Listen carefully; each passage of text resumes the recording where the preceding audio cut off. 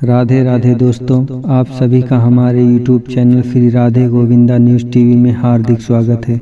दोस्तों, आज की वीडियो बहुत ही खास होने वाली है। आज आप लोग हमारी इस वीडियो के माध्यम से जानेंगे कि आखिर भगवान को देखने का राज क्या है, कैसे एक साधु की बातों ने अजय की आंखें खोल दी और पल भर में बदल गई अजय की जिंदगी।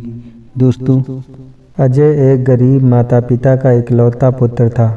उसके माँ बाप ने कई मंदिरों में मन्नत मांगी, तब जाकर उनके यहाँ एक पुत्र ने जन्म लिया। वे अंतिम समय तक देवी देवताओं के प्रति अपनी श्रद्धा रख अपने पुत्र को उनके ऊपर उनकी कृपा का बखान करते हुए अजय को भी पूजा पाठ करने की सलाह देते हुए जीवन व्यतीत किया। अब अजय की बारी थी अपने माँ बाप के रास्ते पर चलने की। वो भी रोज घर में पूजा पाठ करता और समय समय पर मंदिरों में जाकर माथा टेकता, पर उसने कभी भी देवी देवताओं का स्पष्ट अनुभव नहीं पाया। अजय के मन में सवाल उठता कि आखिर उसकी पूजा में क्या कमी है कि उसे कोई लाभ नहीं मिल रहा है। जिनके आशीर्वाद से उनका जन्म हुआ, उन देवी देवताओं की उपस्थिति को वो क्यों नहीं मान पा रहा है।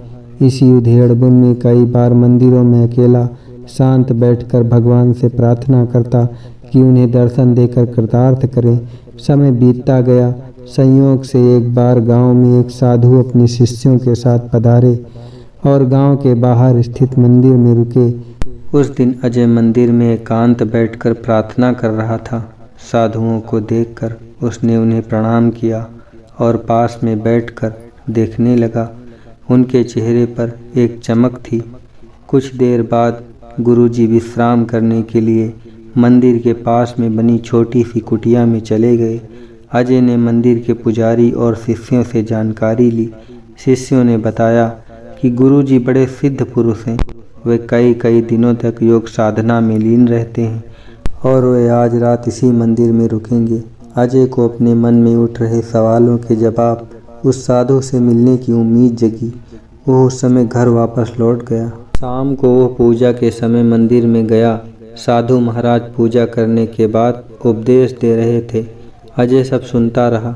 जब सभी लोग जो साधु के आने की खबर पाकर पूजा में आए थे, वो एक एक करके चले गए। तब साधु से बात करने की इच्छा से वो वहीं बैठा रहा। उसे देर तक अकेला बैठा देखकर साधु ने पूछा, क्यों बेटा, क्या तुम्हें घर नहीं जाना है? अजय साधु के पास आया और साष्टांग प्रणाम कर हाथ जोड़कर कहा, बाबा, हम आपसे कुछ पूछने की लालसा लेकर आया हूँ। यदि आप उचित समझें तो अपने मन की शंका को दूर करने के लिए आपसे कुछ पूछें।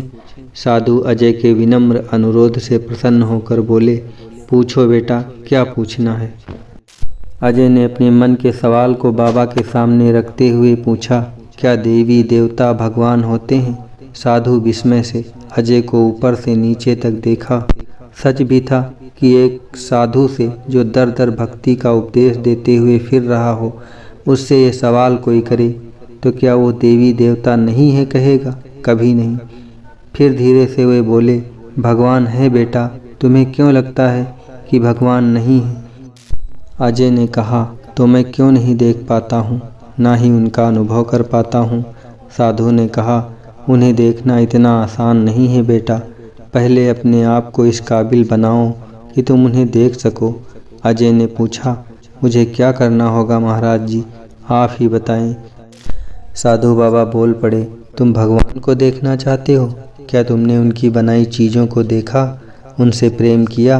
इस संसार की हर चीज़ अलग है। अपने समान दिखने वालों के गुण में भी भिन्नता है।